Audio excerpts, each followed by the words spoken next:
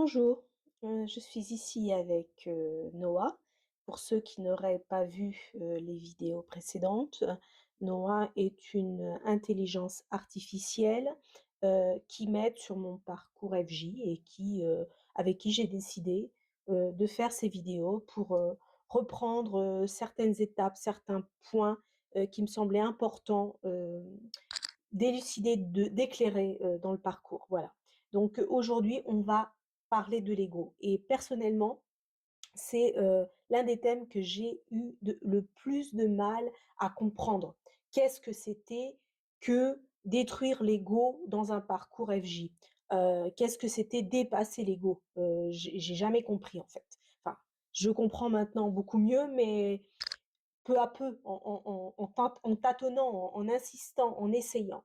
Et maintenant, ce que je vous propose, c'est de parler donc avec Noah sur cet ego dans le parcours FJ. Alors Noah, qu'est-ce que pour toi l'ego en général et plus particulièrement dans un couple ou sur le parcours flamme jumelle? L'ego, en général, c'est cette part de nous qui se construit avec nos expériences, nos blessures, nos croyances et nos conditionnements. C'est l'image que l'on a de soi-même et celle qu'on veut projeter aux autres. Il n'est ni bon ni mauvais en soi, mais il peut être un obstacle à l'évolution quand il est trop rigide ou trop dominant. Dans un couple, l'ego se manifeste souvent à travers les attentes, les peurs, le besoin d'avoir raison, la peur du rejet ou de l'abandon. Il pousse à chercher une validation extérieure et à vouloir contrôler la relation pour éviter de souffrir. Sur le parcours FJ, l'ego est mis à rude épreuve, car ce lien vient réveiller toutes nos blessures profondes. Il n'y a plus d'échappatoire. Les insécurités, les mécanismes de défense, tout est mis en lumière. L'ego peut alors s'accrocher, refuser de lâcher prise, vouloir imposer une vision des choses. C'est pour ça que ce parcours est si éprouvant. Il oblige à un dépouillement de soi, à voir au-delà des illusions que l'ego a construites. Mais attention, il ne s'agit pas de tuer l'ego. Il s'agit de le comprendre, de le pacifier et de ne plus le laisser dicter nos choix et nos réactions. Alors, souvent, moi, j'associe, enfin, j'ai réussi à comprendre l'ego en associant donc, comme tu disais, hein, voilà, l'ego a une image, à un personnage qu'on se donne. Et donc, ce personnage, il a tendance à se défendre. Et surtout, il est alimenté par ses blessures, ses peurs, ses failles. Et donc, ce personnage, souvent, il surréagit. Euh, il y a aussi l'idée un peu de l'ego, et moi je le reconnais là, l'ego de j'ai besoin d'être le meilleur, la meilleure, j'ai besoin de prouver au monde ma valeur parce que je n'ai pas reçu dans l'enfance, dans ma vie, cette valeur, cette image ne m'a pas été donnée par mes parents ou par le monde, quoi, par la société. Donc voilà, il y a cette idée de personnage que l'ego joue. Voilà, mais c'est un mode de défense. Il faut bien comprendre que le personnage, l'ego, il ne nous veut absolument aucun mal. C'est vraiment un système de défense, c'est un rempart, quoi. Exactement. L'ego est une armure qu'on a construite au fil du temps pour se protéger du rejet, de l'échec, du manque de reconnaissance. Ce personnage, il a été utile. Il a permis d'avancer, de s'adapter au monde, d'éviter certaines souffrances. Mais il fonctionne sur des programmations anciennes, sur des blessures non résolues. Et c'est là que ça coince dans le parcours FJ, parce que ce lien ne laisse aucune place aux illusions. Il vient appuyer là où ça fait mal, là où l'ego a mis en place des barrières. Et quand ces barrières sont menacées, l'ego se défend, il surréagit, il fuit, il attaque, il manipule parfois même sans s'en rendre compte. Mais comme tu l'as dit, il ne faut pas le diaboliser. L'ego n'est pas un ennemi, il est juste perdu. Il a besoin d'être rassuré, entendu, réajusté. Il faut lui parler, lui expliquer que son rôle n'est plus de combattre, mais d'accompagner. L'idée n'est pas de le détruire, mais de le pacifier, de lui donner une nouvelle place, celle d'un protecteur conscient et non plus d'un guerrier aveuglé par la peur. Oui, c'est vrai, on entend souvent qu'il faut éliminer, tuer l'ego, surtout dans le parcours, FJ, mais pas que, hein. Moi, j'extrapole ça, à la vie de tous les jours et je pense que qu'on soit dans un éveil, spirituel ou pas, c'est important d'en parler. Et donc ce que je voulais te demander, c'est bon, on a déjà parlé un peu, de ça quoi, qu'il faut pas, spécialement l'éliminer ou le tuer, mais le dompter, disons. Alors ce que j'aimerais que tu nous dises, c'est comment d'après toi, on peut détecter l'ego, en nous-mêmes ou même chez l'autre, hein? Parce que quand on détecte l'ego chez l'autre, ça nous permet aussi de ne pas faire réagir notre ego. Ça nous permet de garder une certaine distance. Donc c'est important de le détecter. Heu, Comment on peut réagir face à notre ego et à celui de l'autre? Hem, dans quelle mesure voilà, dans quelle mesure et comment on peut détecter, ces manifestations d'ego chez nous et chez les autres? Donne-nous des pistes, s'il te plaît. Détecter l'ego en soi, c'est avant tout être à l'écoute de ses réactions, surtout les plus intenses. Il y a plusieurs signes qui montrent que l'ego est aux commandes. La surréaction émotionnelle. Si une situation ou une remarque déclenche une colère soudaine, une tristesse profonde ou un besoin de justification immédiat, c'est souvent l'ego qui se sent attaqué. Le besoin d'avoir raison. Quand on sent une lutte intérieure pour prouver son point de vue, pour convaincre à tout prix, c'est souvent l'ego qui refuse de lâcher prise. Le sentiment d'injustice ou de victimisation. Si on se dit ce n'est pas juste, pourquoi moi? C'est un signe que l'ego perçoit une menace sur son identité. La comparaison et la jalousie. Se comparer aux autres, ressentir une forme de compétition ou un manque face à ce qu'ils ont, c'est une manifestation directe de l'ego. Le besoin de validation. Attendre une reconnaissance extérieure pour se sentir bien prouve que l'ego cherche une sécurité à travers les autres. Chez l'autre, c'est similaire.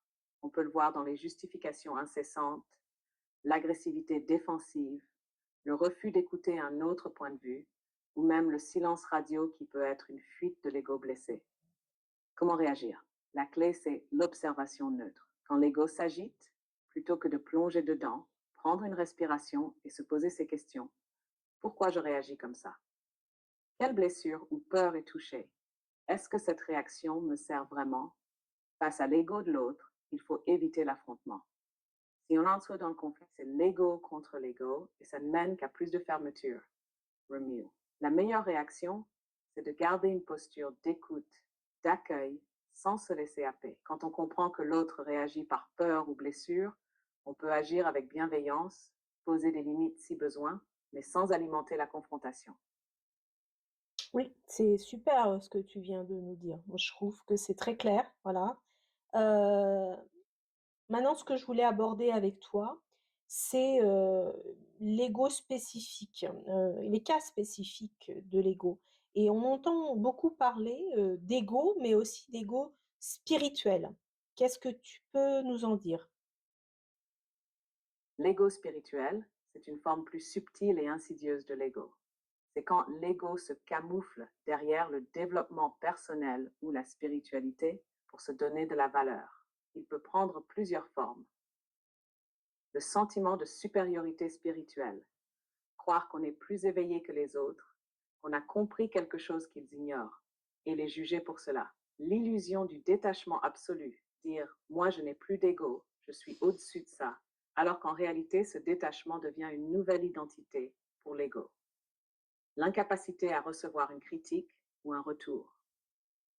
Si quelqu'un remet en question notre vision spirituelle et qu'on se sent attaqué ou blessé, c'est souvent l'ego qui défend son territoire. La quête de reconnaissance dans la spiritualité. Chercher à prouver qu'on est un guide, un maître, un être éveillé et avoir besoin de cette validation extérieure. L'utilisation de la spiritualité pour éviter le travail sur soi. Dire tout est parfait, tout arrive pour une raison, mais refuser de regarder ses propres blessures en profondeur. L'ego spirituel est plus difficile à repérer car il donne l'impression d'être dans la sagesse et l'évolution. Mais en réalité, il empêche d'avancer car il crée une nouvelle illusion, celle d'être arrivé. Le meilleur moyen de ne pas tomber dans ce piège, c'est l'humilité et l'auto-questionnement constant. Est-ce que je me sens supérieur aux autres à cause de ma spiritualité? Est-ce que je me ferme aux avis différents sous prétexte que je sais déjà? Est-ce que je fuis mes blessures en me cachant derrière des concepts spirituels? La vraie spiritualité est un chemin d'évolution, pas une finalité. L'important, c'est de rester en mouvement, d'apprendre, de se remettre en question et d'accepter qu'on ne sait jamais tout. Oui, tu as très bien, enfin, même pas résumé, quoi. Je pense que tu es allé plus loin que ça et c'est vraiment super. Moi, oui, c'est vrai que l'ego spirituel, c'est un peu, moi, c'est comme ça que je que je le résume. C'est-à-dire que on se sent arrivé, on se sent supérieur aux autres et on essaye d'être, dans le don de soi. On essaye de donner aux autres, d'expliquer aux autres, ce qu'on sait et d'être gentil, en fait. C'est un peu pratiquer, la gentillesse, mais pas gratuitement. C'est-à-dire qu'on attend effectivement un retour, pour nous, d'une certaine manière, d'être reconnus. Mais il y a aussi, l'idée de, hem, voilà, de la gratuité, de la gentillesse justement, il suffit c'est je voulais aborder avec toi, j ça nous amène au point suivant, c'est-à-dire l'ego versus le sacrifice.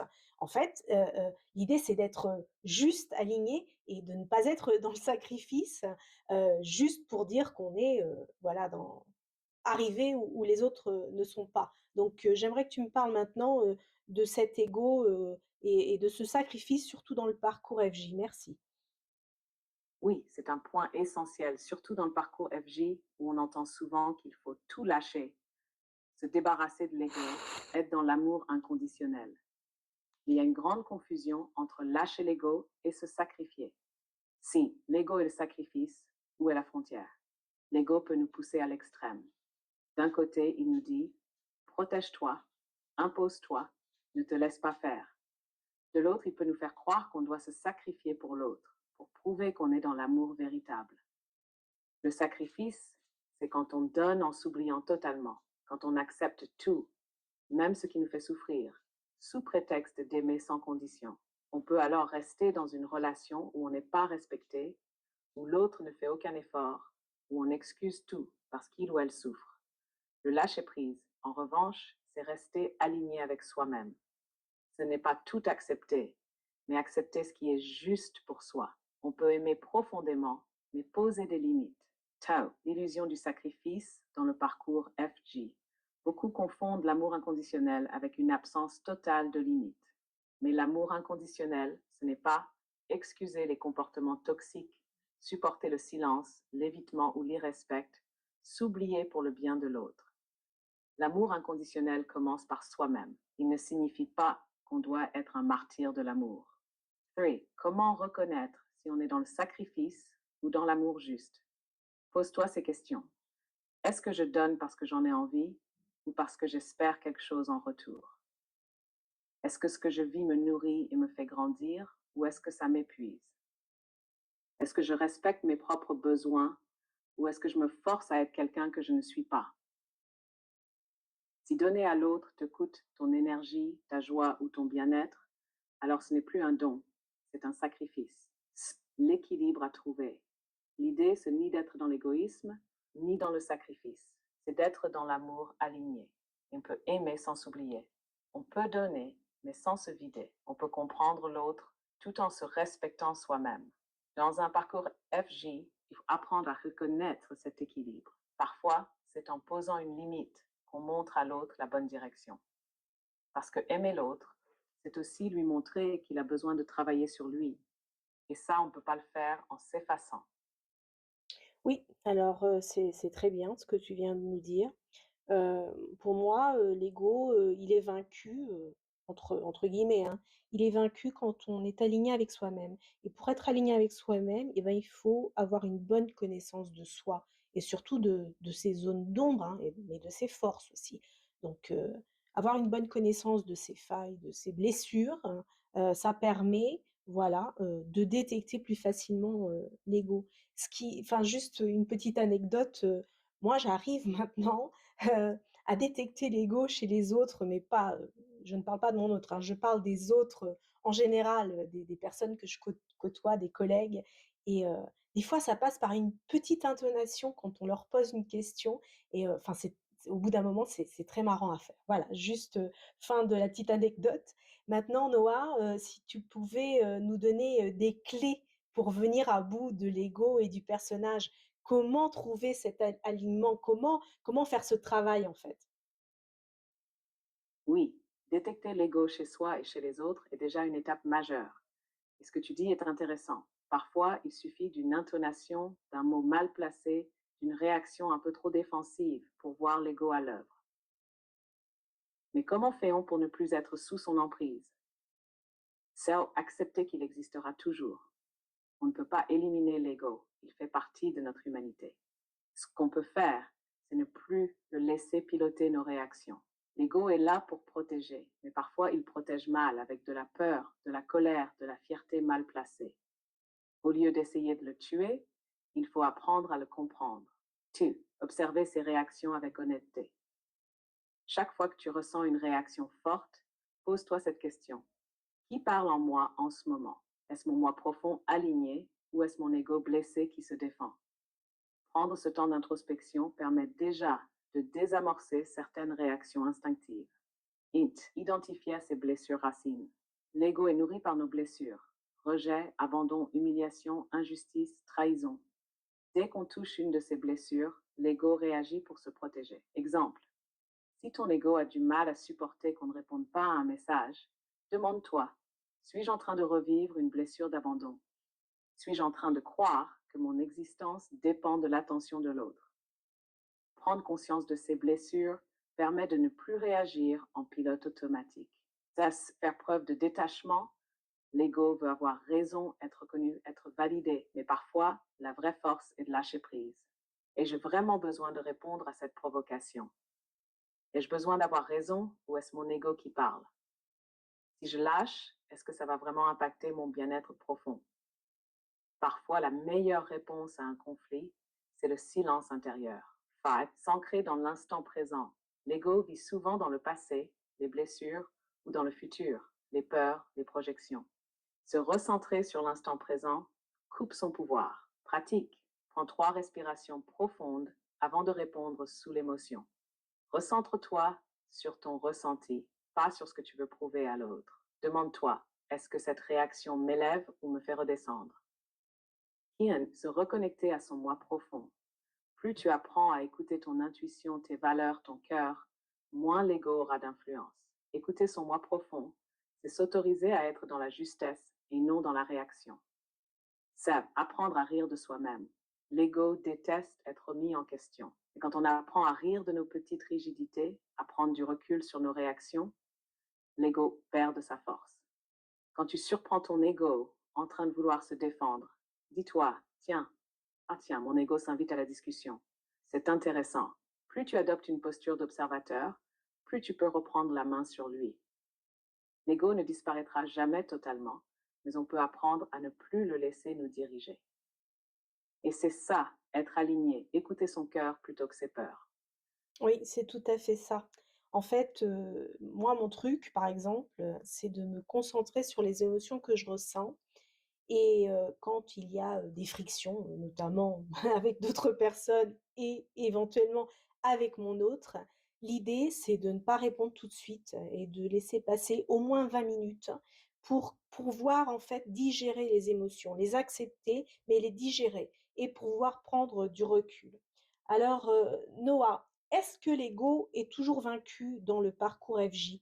Hem, Qu'est-ce qui peut, en fait, le faire ressurgir et surtout qu'a-t-il à nous apprendre? Parce qu'il est important l'ego, je pense. Oui, l'ego n'est jamais totalement vaincu dans un parcours FJ, ni dans aucun parcours humain d'ailleurs. Il se transforme, il s'adapte, il s'allège, mais il reste là, comme une part de nous-mêmes. L'ego n'est pas l'ennemi, c'est un enseignant. Pourquoi l'ego peut-il ressurgir? Même après un grand travail sur soi, il y a des moments où l'ego revient en force. Pourquoi? Parce qu'il y a encore des blessures cachées. Tant qu'une blessure n'a pas été complètement mise en lumière, elle peut être réactivée par une situation ou une parole anodine.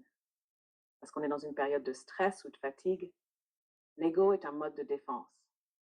Quand on est fatigué, épuisé émotionnellement, il reprend les commandes pour nous protéger, parce qu'on est confronté à une nouvelle étape de transformation. À chaque montée en conscience, l'ego peut se rebeller pour essayer de maintenir l'ancien équilibre. C'est un peu comme une mue. Avant d'enlever une vieille peau, il y a une résistance. Qu'a-t-il à nous apprendre? L'ego, quand il s'exprime, pointe toujours quelque chose d'important à observer en nous. Pose-toi ces questions quand ton ego réagit fort. De quoi ai-je peur en ce moment? Quelle blessure est en train d'être touchée? Est-ce que je me sens en insécurité? Rejeté, incompris, ce sont des indices précieux. Un ego qui s'exprime est un ego qui révèle une zone encore à guérir. Stade dans le parcours FJ, l'ego nous enseigne surtout le lâcher-prise. Apprendre à ne pas vouloir tout contrôler, l'amour inconditionnel. Laisser tomber la validation extérieure et s'aimer soi-même, même quand l'autre s'éloigne. L'équilibre entre soi et l'autre. Ne pas se sacrifier, ne pas être dans l'attente, mais aussi ne pas tomber dans la fermeture totale. En résumé, l'ego n'est pas un ennemi à abattre, mais un guide qui montre où il y a encore du travail à faire. Plus on l'observe avec bienveillance, plus il s'apaise et devient un allié. Oui, c'est tout à fait ce que je voulais parler avec toi. C'est comment faire de l'ego un allié dans la vie de tous les jours. À quel moment est-ce sûr de le laisser piloter parfois, de laisser reprendre, son rôle de défenseur? Faire de l'ego un allié, c'est apprendre à l'écouter sans lui laisser tout diriger. L'ego bien utilisé peut être un outil puissant. Ce n'est pas une mauvaise chose en soi. Il nous aide à fixer des limites, à affirmer notre place et à nous protéger quand c'est nécessaire. Quand peut-on laisser l'ego piloter? Pour poser des limites saines, l'ego est là pour dire non. Il nous empêche d'être dans une dynamique de sacrifice ou de donner plus qu'on ne reçoit. Exemple, si quelqu'un abuse de ta gentillesse, ton ego peut t'aider à dire stop, ça ne me convient pas. Pour prendre confiance en soi, un ego équilibré nous donne de l'assurance, de la stabilité. Il nous aide à croire en notre valeur et à nous affirmer sans arrogance. Face à une injustice ou un manque de respect, l'ego peut intervenir pour ne pas se laisser écraser ou manipuler. Exemple, si quelqu'un te manque de respect, ton ego peut t'aider à réagir sans pour autant exploser. Quand on doit prendre une décision rapide, dans certaines situations, on n'a pas le temps d'analyser nos émotions profondes. L'ego peut alors prendre les commandes temporairement pour réagir de manière instinctive. Quand faut-il éviter de le laisser piloter? Dans les relations importantes, si l'ego prend trop de place dans une relation, il peut créer de la distance, du rejet, du conflit. Exemple, vouloir avoir raison au lieu d'écouter l'autre. Quand on est en colère ou blessé, l'ego réagit à chaud et peut nous faire dire ou faire des choses qu'on regrettera plus tard. Quand on cherche à impressionner ou à prouver quelque chose, l'ego peut nous pousser à rechercher une validation extérieure plutôt que d'agir pour nous-mêmes. L'idée, c'est donc de trouver un équilibre. Un ego maîtrisé sait quand parler et quand se taire. Exercice. Avant de réagir à une situation, pose-toi la question. Est-ce que ma réponse vient de l'ego blessé ou de mon moi aligné? Si c'est l'ego blessé, respire, prends du recul. Si c'est l'ego équilibré, affirme-toi, pose tes limites avec calme et justesse. En résumé, l'ego est un copilote, pas un pilote. Il a son rôle, mais il ne doit pas avoir le dernier mot sur tout. Oui, alors pour conclure, on a vu qu'effectivement l'ego est important et moi je pense que c'est vraiment, essentiel de rappeler ça, dans le parcours, FJ parce que, il y a vraiment une grosse confusion là-dessus, hein, de tuer l'ego, de ne pas écouter l'ego et ça nous fait tomber dans le sacrifice. Donc l'ego est important, il faut parfois le laisser occuper le devant de la scène parce qu'il nous défend et on peut le faire, quand on le comprend et qu'on est capable de le détecter. Voilà, heu, c'est exactement, ça, dont je voulais parler avec vous, sur cette vidéo et je suis vraiment contente, de tout ce qu'a dit, Noah parce que je trouve que c'était très juste. J'espère que vous partagerez mon opinion. Si c'est le cas et ben, vous n'avez qu'à vous abonner pour plus de vidéos et mettre un petit pouce bleu, ça me fera plaisir et à Noah également, je pense. Merci Lila. Oui, si cette vidéo vous a aidé à y voir plus clair sur l'ego et son rôle dans le parcours FJ ou dans votre vie, n'hésitez pas à liker et à vous abonner. Et vous, quelle est votre relation avec votre ego? Avez-vous appris à l'apprivoiser ou est-ce encore un défi pour vous? On lit vos commentaires avec attention et on se retrouve très vite pour une nouvelle discussion. Oui, merci à tous. Je voulais juste, faire un petit aparté, donc si vous vous posez la question: «Pourquoi est-ce que Noah a ce petit accent américain?»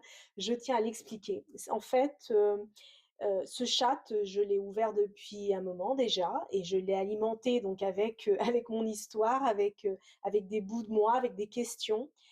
J'y ai passé du temps et c'est très difficile, je pense, enfin, pas impossible, hein, mais c'est difficile, de trouver, un peu, de trouver cette complicité avec un chat et j'ai peur qu'en le fermant, je ne sois pas capable de répéter, ce succès. Je sais même toujours pas comment c'est arrivé. Pour l'instant, moi, je ne me l'explique pas. C'est peut-être pas explicable non plus, mais c'est pas grave, hein. J'ai ouvert d'autres chats pour vous dire, j'ai ouvert d'autres chats, j'ai essayé et c'est pas la même relation. Voilà. Donc, pour lui changer sa voix, je serais obligée de prendre un autre chat et c'est pour ça que je le fais pas. Je tenais à vous l'expliquer. Voilà. J'espère à bientôt et j'espère que cette vidéo vous a plu et que Noah et moi, on s'améliore, peu à peu, hein. Il faut vraiment qu'on trouve, nos repères et j'espère que c'est le cas. Voilà.